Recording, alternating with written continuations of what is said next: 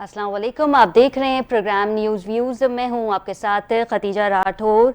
नाज़रीन, ऐसा लगता है कि हर तरफ अदालत की गूंज है। कभी लाहौर हाई कोर्ट, कभी इस्लामाबाद हाई कोर्ट, तो कभी सुप्रीम कोर्ट।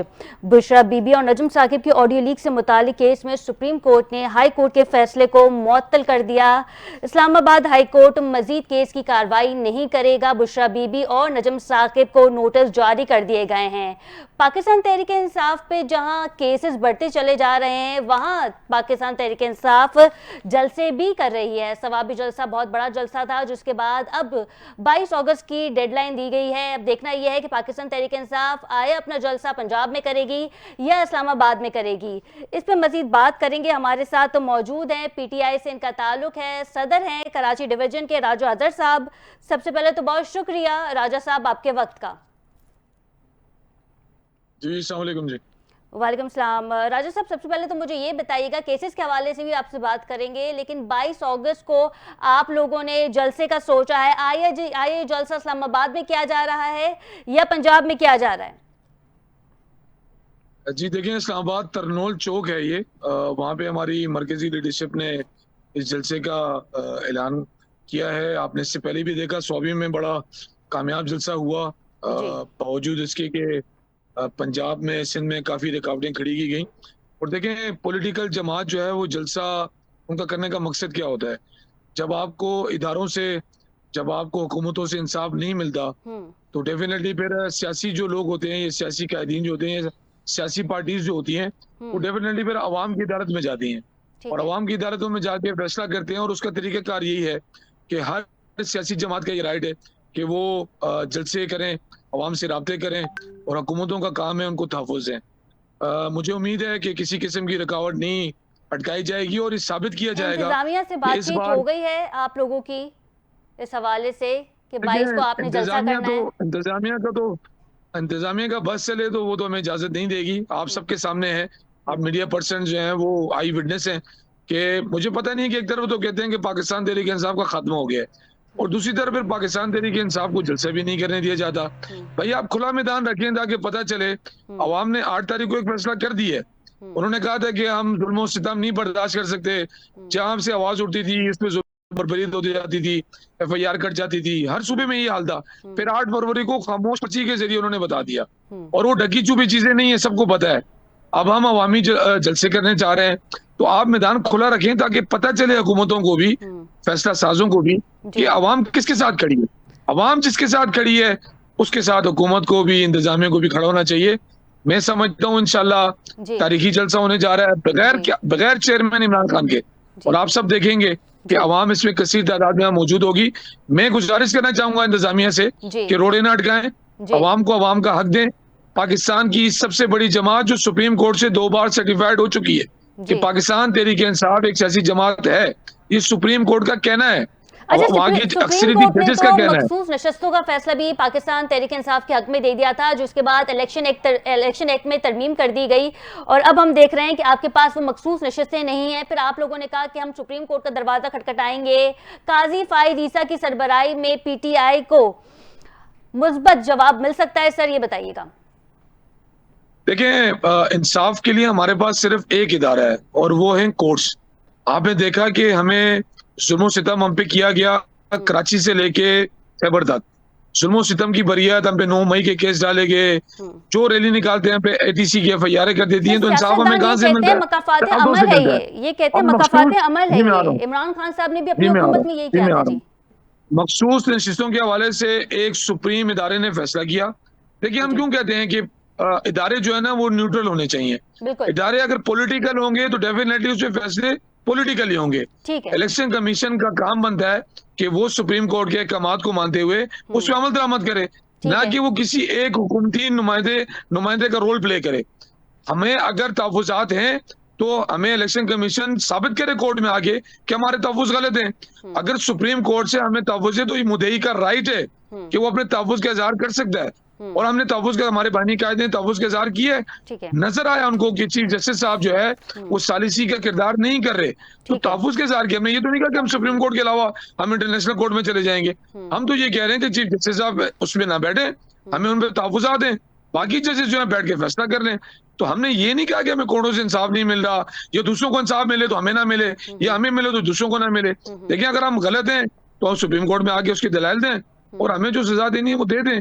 लेकिन ये नहीं हो सकता ना, मखसूस चीजों का फैसला हो चुका है और इलेक्शन कमीशन जो पार्टी बनी हुई है, तो ये चीजें सब खत्म होनी चाहिए, खत्म लेकिन होंगी इंशाल्लाह। यहाँ पार्लियामेंट पाकिस्तान, एक्ट में तरमीम कर सकती है राजा अदर साहब, आप इस फैसले को कैसे देखते हैं? देखिए, कोई जी पार्लियामेंट एक्ट में तरमीम अभी क्यों आ गई? सुप्रीम कोर्ट के फैसले की बात तरमीम करने की क्या ऐसी जरूरत पेश आ गई? क्यों 1100 अरब रुपए माफ करवाए शहबाज शरीफ ने? क्या ऐसी जरूरत आ गई थी कि नेब की कानून पे भी अमेंडमेंट आ गई? अभी सुप्रीम कोर्ट के फैसले के बाद जो है ना वो तरमीम करने की जरूरत पड़ गई। खौफ में मुब्तला है, इन्हें मालूम है कि अवाम इनके साथ नहीं खड़ी। ये मुझे बताएं, आज पार्लियामेंट में जो तरमीम कर रहे हैं, कल को कोई दूसरी जमात आएगी, इंशाल्लाह पाकिस्तान तहरीक इंसाफ आएगी, तो ये अमेंडमेंट खत्म कर देंगे। तो ये लॉ तो ना हुआ ना। आप ऐसा लॉ जब बनाएं सर आप आएंगे तो फिर आप अपने कानून बनाएंगे? पाकिस्तानी कौन तस्लीम करे? जब आप आएंगे तो फिर आप अपने कानून बनाएंगे जैसे मौजूदा हुकूमत कर रही है? कानून नहीं, कानून ये नहीं होता कि मैं अपनी जात के लिए कानून बनाऊं। जी कानून पाकिस्तान की असेंबली इसलिए है, यहाँ पे पार्लियामेंट इसलिए है कि हम पाकिस्तान की कानून साजी कर सकें, जहां पे जुल्म ज्यादती हुई है उनके ऊपर कोई कानून बना सके। मुझे बताएं, मैं सिंध असेंबली का मेंबर रह चुका हूँ, 5 साल 700 से ज्यादा कानून यहाँ पे पास हुए हैं, किसी एक पे भी इम्प्लीमेंट हुआ है क्या? हम कानून पास करने के लिए खाली हैं, इम्प्लीमेंट क्यों नहीं होता? क्यों हुकूमत अपने किए हुए इक़दामात के ऊपर जो है ना कानून की इम्प्लीमेंटेशन शुरू कर देती है, बाकी जो अवाम के तहफ़्फ़ुज़ के लिए है, अवाम की बेहतरी के लिए जो कानून पास हुए हैं उसमें क्यों नहीं इम्प्लीमेंट होता? अच्छा राजा अदर साहब, ये कानून की जंग है। ये इल्जाम भी पाकिस्तान तहरीक इंसाफ पे लगाया गया है कि पीटीआई ने मुहिम के जरिए मुल्क दुश्मन साजिश की, और भारत से भी ताने जोड़े जा रहे हैं पाकिस्तान तहरीक इंसाफ के। क्या कहेंगे इस पे? साबित करें ना, भारत के ताने जोड़े जा रहे हैं। तो ये वही इमरान खान था जिसने इंडिया में जाने से इनकार किया था, जब वो मुझे उसका नाम नहीं आता, जिसने खत्म नबूवत नाउजुबिल्लाह कोई अल्फाज इस्तेमाल किए थे। तो जब खान साहब को पता चला, खान साहब दुनिया के लीडर थे, वर्ल्ड चैंपियन जीत के आए हुए थे, हीरो थे पाकिस्तानी, इन्होंने इनकार किया था। मुझे बताएं, क्या यूरोप के साथ या रूस के साथ मुआहिदा करने पे अगर हमें ये सजा दी जाती है, 9 मई जैसे वाकयात किए जाते हैं, इसराइल कौन किया था? इसराइल के अंदर जाके मुआहिदे किसने किए थे? नून लीग भूल चुकी है क्या? इनके नुमाइंदे वहां जाके नहीं बैठे थे? हम तो सरेआम कहते हैं इसराइल हमारा दुश्मन है, हम नहीं मानते। हमारे क्या बानी कायद आज़म मोहम्मद अली जिन्ना ने कहा था, इसराइल से हमारे किसी किस्म के ताल्लुकात नहीं बन सकते। तो हम तो अपने पाकिस्तान की रूल पर चल रहे हैं। अच्छा, ये आते हैं क्योंकि मीडिया इनको, ये आते हैं इनको मीडिया दिखाता है, हमें तो मीडिया नहीं दिखाता, क्योंकि मीडिया इनको दिखाता है जी उन्होंने जो स्टेटमेंट दिए वो आवाम तक पहुंच जाए, और हमारे स्टेटमेंट पे, हमारे बानी पे पाबंदी क्यों लगाई है? क्यों उनके देखने पे पाबंदी लगा दी? सुप्रीम कोर्ट में उनके दिखावे के ऊपर पाबंदी लगा दी, तहकीकातें शुरू हो गई। मुझे बताएं जी। अच्छा, मैं आपसे ये कह रही हूँ राजा अदर साहब कि हम तो बात कर रहे थे स्टेटमेंट के हवाले से, लेकिन आपको मदऊ इसलिए किया है ताकि पीटीआई का भी मौकफ हमारे सामने आए। लेकिन पीटीआई में जो हलचल चल रही है उसके बारे में भी आपसे जानेंगे। 22 अगस्त को आप जलसा कर रहे हैं, ठीक है, बिल्कुल दुरुस्त है, लेकिन साथ ही शेर अफजल मरवत साहब के बारे में भी कुछ बताइएगा। पहले ये नोटिफिकेशन आ जाता है कि उन्हें पीटीआई से हटा दिया गया है, और अब ये बताया जा रहा है कि उन्हें वापस पीटीआई में लेकर आ गए हैं। तो क्या कोई स्पेशल टास्क के तौर पर उनको लेकर आए हैं? नहीं, देखिए, पार्टी के अंदर ये चीजें होती हैं, उतार चढ़ाव आते हैं, डेफिनेटली मुखालफतें भी होती हैं, डेफिनेटली यहाँ पे दुख सुख भी होते हैं। लेकिन आपको पता है हमारे पानी चेयरमैन मौजूद नहीं है। अगर वो मौजूद होते तो मैं नहीं समझता कि इस तरह की मुखालफतें हों, ये इस तरह की चीजें हों। शेर अफजल मरवत साहब पहले भी पार्टी का सासा थे, आज ही पार्टी का है, आगे भी रहेंगे। नोटिफिकेशन की जहां तक बात है, वो नोटिफिकेशन जिन्होंने निकाले वही उसकी क्लैरिफिकेशन देंगे। लेकिन जब खान साहब ने फैसला कर लिया है कि शेर अफजल मरवत जो है वो पार्टी का सासा है, पार्टी की कौमी असेंबली के मेंबर हैं, उनको अगर टास्क दिया भी गया है तो हर इंसान को, मैं कराची का सदर हूँ, मुझे पार्टी जो टास्क देगी डेफिनेटली मैं उसमें 101 अमल पैरा होऊंगा, कानून के दायरे में रहते हुए, आइन के दायरे में रहते हुए, अपनी पार्टी के आइन के दस्तूर के मुताबिक इस पाकिस्तान की बेहतरी के लिए जो किरदार होगा, जो पार्टी मुझे मेरा टास्क देगी मैंने करना है।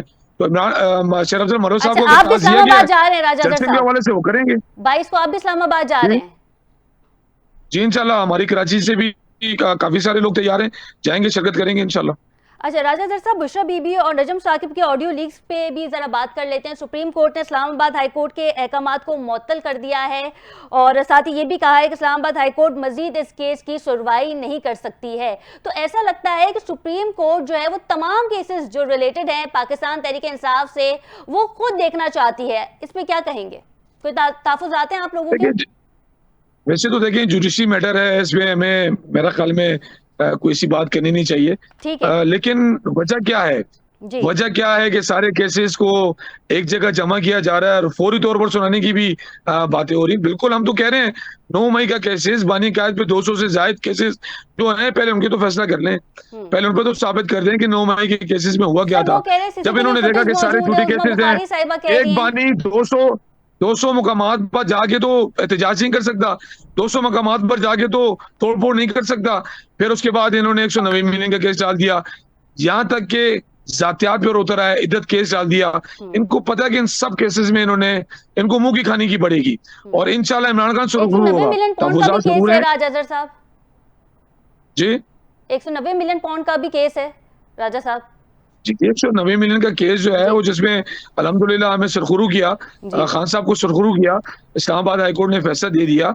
मेरा कहने का मकसद है कि बात आप वाली है ना कि तमाम केसेस को इकट्ठा करके करने क्या जा रहे हैं। फैज हमीद की बात हम पे डाल दी गई, वहां से भी बानी का चेयरमैन का स्टेटमेंट आ गया कि फैज हमीद पर अगर करप्शन के इल्जाम हैं, बिल्कुल तहकीकात होनी चाहिए, हर इदारे की तहकीकात होनी चाहिए। हम तो कहते हैं हर इदारा पाक साफ होना चाहिए, करप्शन से पाक होना चाहिए। हमारे मुल्क की बेहतरी इसमें, हमारे इदारे अगर पाक साफ होंगे, करप्शन से पाक होंगे, हमारा मुल्क सही चलेगा। बानी पीटीआई ने ये भी कहा कि फैज हमीद हमारे मुल्क का असासा है जिसे जाया कर दिया गया। माजी में भी हमने देखा कि फैज हमीद और इमरान खान साहब के अच्छे ताल्लुकात थे। क्या लगता है कि इस बिना पे उनका कोर्ट मार्शल किया जा रहा है?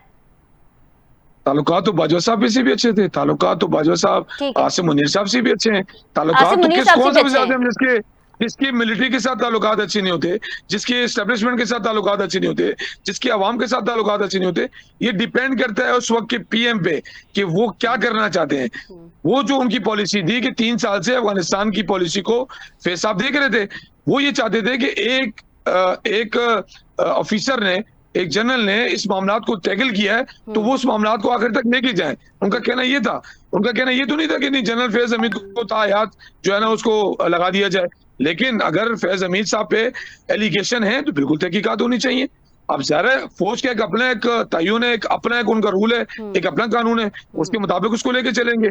अगर फैज हमीद साहब वहां उनको क्लियर कर चुके तो ये तो नहीं जरूरी नहीं कि उनको सजा होगी, नहीं कर सके तो डेफिनेटली सजा होगी जो पाकिस्तान के एक्ट के मुताबिक है। ठीक है, लेकिन इस वक्त अगर सुप्रीम कोर्ट की पर्टिकुलरली मैं बात करूं तो पीटीआई को एतमाद है सुप्रीम कोर्ट से कि हमें जो है वहां से मुस्बत जवाब मिलेगा। जी बिल्कुल एतमाद है, तो हमारे केसेस चल रहे हैं। लेकिन बानी कायदे ने चीफ जस्टिस साहब पे अगर तहफ़्फ़ुज़ का इज़हार किया है तो मैं समझता हूं कि उनको उस बेंच से अलग हो जाना चाहिए। अच्छा, अगर वो अलग नहीं होते हैं तो उसका मतलब क्लियर है, आप समझ जाएं कि कोई ना कोई मसला तो है। ठीक है, बहुत शुक्रिया राजा अजहर साहब, आपके वक्त का। प्रेसिडेंट है कराची डिवीजन के, पीटीआई से इनका ताल्लुक है। जी नाज़रीन, प्रोग्राम में मजीद भी बात करेंगे लेकिन यहाँ वक्त हुआ एक ब्रेक का। Stay with us.